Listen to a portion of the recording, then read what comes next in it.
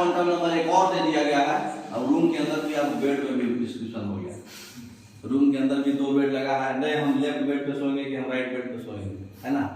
तो ये बताता है कि इलेक्ट्रॉन जो है अपने एक्सिस पे क्लॉकवाइज मूव करता है कि एंटी क्लॉकवाइज मूव करता है, उससे पता चलता है। अगर एंटी क्लॉकवाइज मूव करेगा तो अलग स्पिन क्वांटम नंबर, और क्लॉकवाइज मूव करेगा तो अलग स्पिन क्वांटम नंबर। मतलब 2 ही बेड है रूम के अंदर, तो 2 ही अवकाश है उसका इलेक्ट्रॉन का, तो एक क्लॉकवाइज एक एंटी क्लॉकवाइज या दोनों क्लॉकवाइज, वो आप पता करेंगे आगे, मतलब स्पिन मतलब क्लॉकवाइज के एंटी क्लॉकवाइज ने अपने एक्सिस पे, लेकिन है ना। तो 2 ही ओरिएंटेशन होता है, अप और down, spin up spin down, बस ऐसे।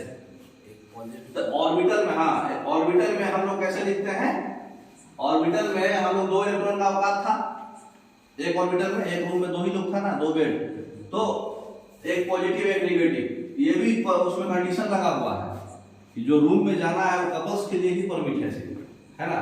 तो कपल्स में आपका एक पॉजिटिव एक नेगेटिव ही रहेंगे, तो एक का पॉजिटिव स्पिन क्वांटम नंबर रहेगा +1/2 और एक नेगेटिव रहेगा -1/2, है ना। नेक्स्ट, तो स्पिन क्वांटम नंबर जो होता है वो क्या, स्पिन मतलब क्या होता है उसका, स्पिन एंगुलर मोमेंटम। एक्चुअली वो स्पिन मतलब क्या बता रहा है, एंगुलर मोमेंटम बता रहा है, ठीक है। तो जो स्पिन एंगुलर मोमेंटम इलेक्ट्रॉन का जो होता है उसका फार्मूला होता है s × s + 1 h/2, n/2 का पढ़े थे ना, वहां l था, यहाँ s है।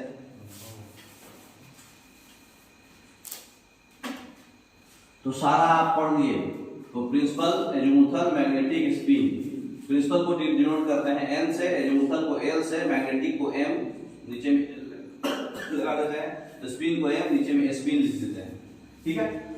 तो ये अगर 1 2 3 4 होगा तो ये 0 से स्टार्ट होगा, ये माइनस से प्लस होता है इसी का, और स्पिन का होगा प्लस और माइनस, 1/2 -1/2, समझ में आया।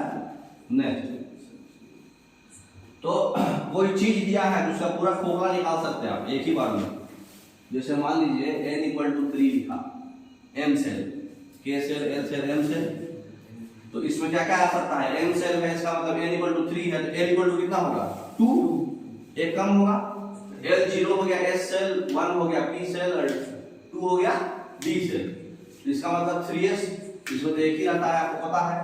p वाले में कितना होता है 2, हाँ, तो ये 3 हो जाता है, d वाले में 5 हो जाता है, तो ऑर्बिटल 1 3 5 3s 3p 3d। एक चीज से आप बहुत कुछ बता पा रहे हो, समझ में आ रहा बात। उसी तरह से k सेल से बता सकते हैं। तो ये आपका टोटल क्वांटम नंबर समझ में आ गया। कल हम लोग ऑर्बिटल के बारे में डिस्क्रिप्शन पढ़ेंगे, शेप ऑफ ऑर्बिटल, है ना।